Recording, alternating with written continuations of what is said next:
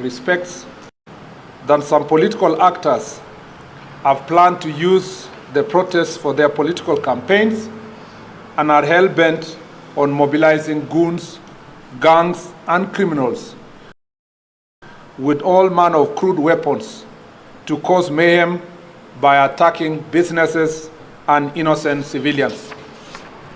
Our position as a government is as follows.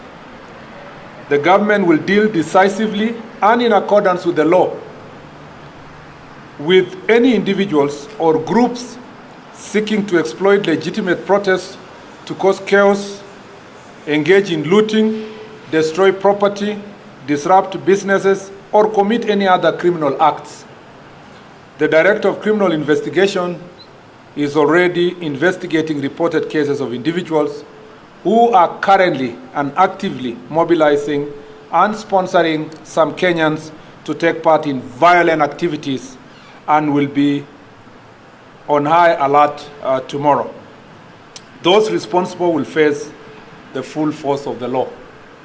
The police will do everything under the law to protect peaceful protesters and members of the public going about their businesses, including children and students going to school. Thursday, as I've said, will be a normal business and school day.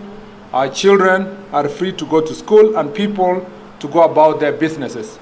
The Constitution guarantees the right to education and lawful means of earning a living.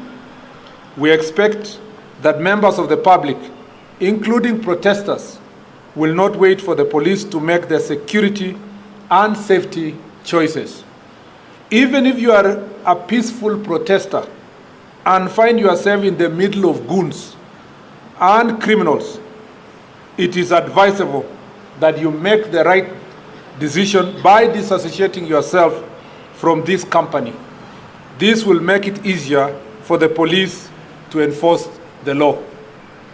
We have also noted with concern unfortunate utterances by some leaders, including from the religious society, inciting members of the public by insinuating that the government is in any way supports goons and criminals. For the avoidance of doubt, the government of Kenya does not condone or work with goons or criminals. The police are under instructions through the policy guidance of the Cabinet Secretary to decisively deal with all goons without fear or favor. In fact, it is clear that those who are insinuating that the government is working with goons, including those who, applying reverse psychology, tried to blame the government and the police on matters of violence and to try to tell the public that tomorrow the government is going to plan goons. It is now clear through the intelligence report being pursued by the DCI that the same people who are actually pretending to tell people to stay away from the streets and from demonstrations are actively, as we speak, through their agents and themselves, mobilizing goons to come tomorrow to the streets so that they can get an opportunity to justify their statements and to try to blame the government. Make no mistake, any person who is going to be procured by those people or any other person to come tomorrow to the streets armed for a violent protest will meet the full force of the law. We urge the public to cooperate with the law enforcement officers, and together let us always uphold peace, order, and the constitutional values that bind our nation. God bless you, and God bless our beautiful country, Kenya. I kept this statement that brief to give you an opportunity if there are any clarifications so that I can take more questions than I usually do for purpose of any clarification regarding a possible protest tomorrow. Any questions? Yes, proceed. I hope there is somebody who is giving you the mic. Who has the mic? Proceed. Maybe you shout. I don't know. Proceed. Shout. It appears we know who the problem is with the relations to police. Why don't we arrest these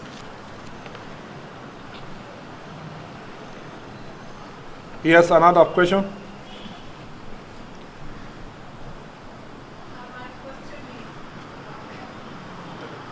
Louder. If you can introduce yourself and the question, it will help.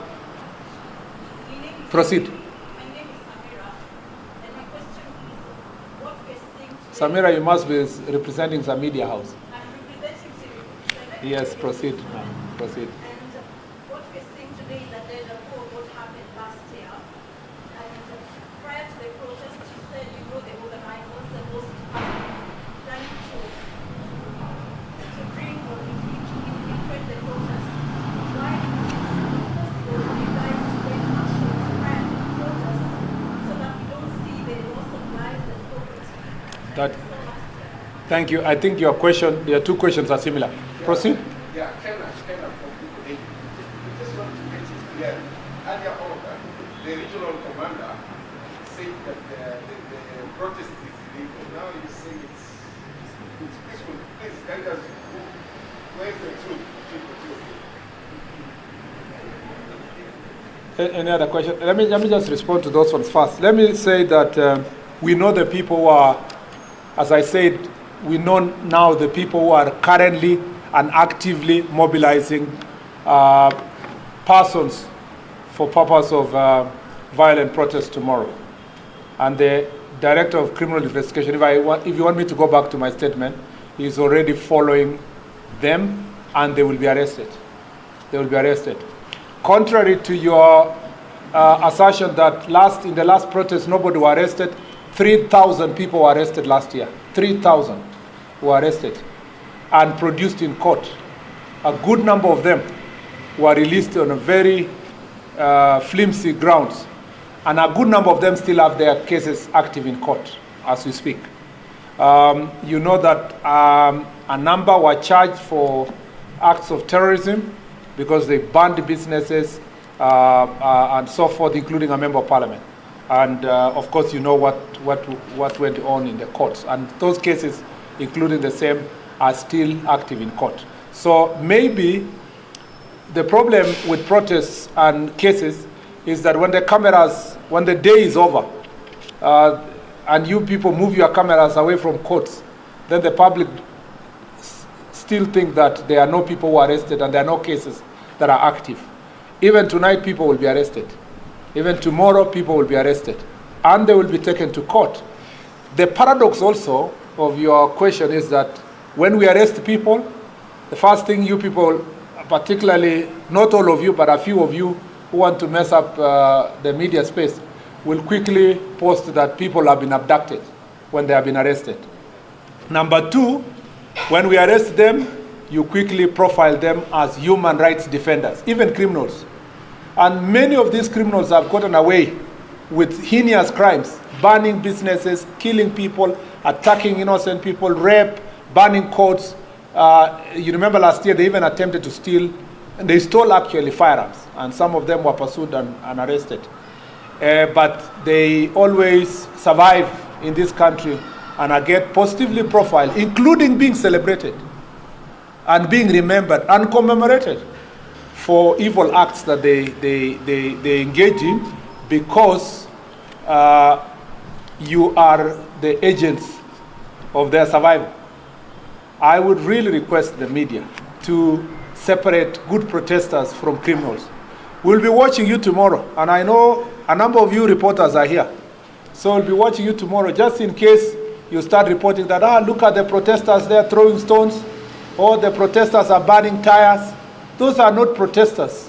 The Constitution recognizes protests, picketing, demonstration as a positive right that is exercisable by a citizen, unarmed and peacefully. I want to hear tomorrow for the first time journalists who will outrightly say, look at our cameras, look at that guy burning somebody's business. Look at the other one burning tires. Look at the other one blocking the roads. Those are criminals. Don't profile them as protesters. Then we will work together and you will help the police to succeed in their work in terms of apprehending criminals. We expect a peaceful protest tomorrow because we have been promised peaceful protest.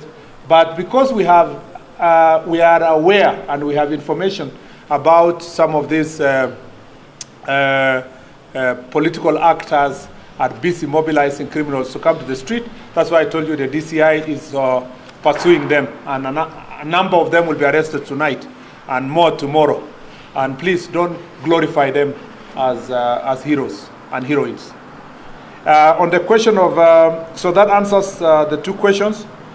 On the issue of legality of tomorrow's, remember that the question you had posed to the regional commander was whether the Inspector General of Police has been notified. The procedure in the Public Order Act is to notify the OCS in the police station. Finally, that has been confirmed, that notification has come from some families and citizens that they would like to carry out peaceful protests tomorrow. So there is no question. However, even in that case, violent protests are still illegal and it will not happen. We will make sure the police will do everything to ensure that anybody who is armed and who is not keeping peace will not be allowed to roam about the city of Nairobi and any part of the Republic of Kenya. I'll take the last set of questions. Yes? My name is Stephen Maura from Media Max. My question is, for those who are protesting, we have designated areas of normal zones. Thank you. Any other? I think we are satisfied today. Yes, the persons who gave notification requested certain designated routes, and the police are already alert to help them peacefully go through the designated routes. Unfortunately, they never put in the time they will start and the time they will end. But we have their telephone numbers. We'll continue in conversation with them so that they can tell us the specific routes we are going to pass through. But as I told you, the challenge has never been peaceful protest. And as has been said, there are many, many protests that take place in this country every day in different parts by workers, by doctors, by nurses, by different people. And usually it ends up being very peaceful protests, and police are escorting them and they do it successfully. Sadly, when we have the information as we have now, it becomes very sad. And let me tell you, maybe I should just give you a sneak preview of the kind of information we have. We have information that in a number of counties, particularly, I don't want to profile the specific counties, but counties near Nairobi and thereabout, that criminals are being mobilized to attack businesses of leaders and business people who are associated with the government. And so we are aware of some businesses, supermarkets, and other processing plants for business people who are not supporting the person who has organized the violence. And so the DCI is on the case of all those ones who are being mobilized and taken to go and loot supermarket and other businesses. What is the motive? We understand that the possible motive, this is still early, but the possible motive is that there are a number of businesses and businessmen who have refused to support certain politicians financially and their political ideology. In the process, they want to use the protest and the excuse of tomorrow's protest to target their businesses as a way of sending a message and blackmailing other business people that they must support his tribal agenda by force. So the DCI is on that case and it will be dealt with. Asanteni sana, and I look forward to successful tomorrow. You're also reporting Kenyans who will go about their business, and our children going to school and their right to education being respected so that everybody can succeed in everything they do. Asanteni sana, and may God bless you. Thank you.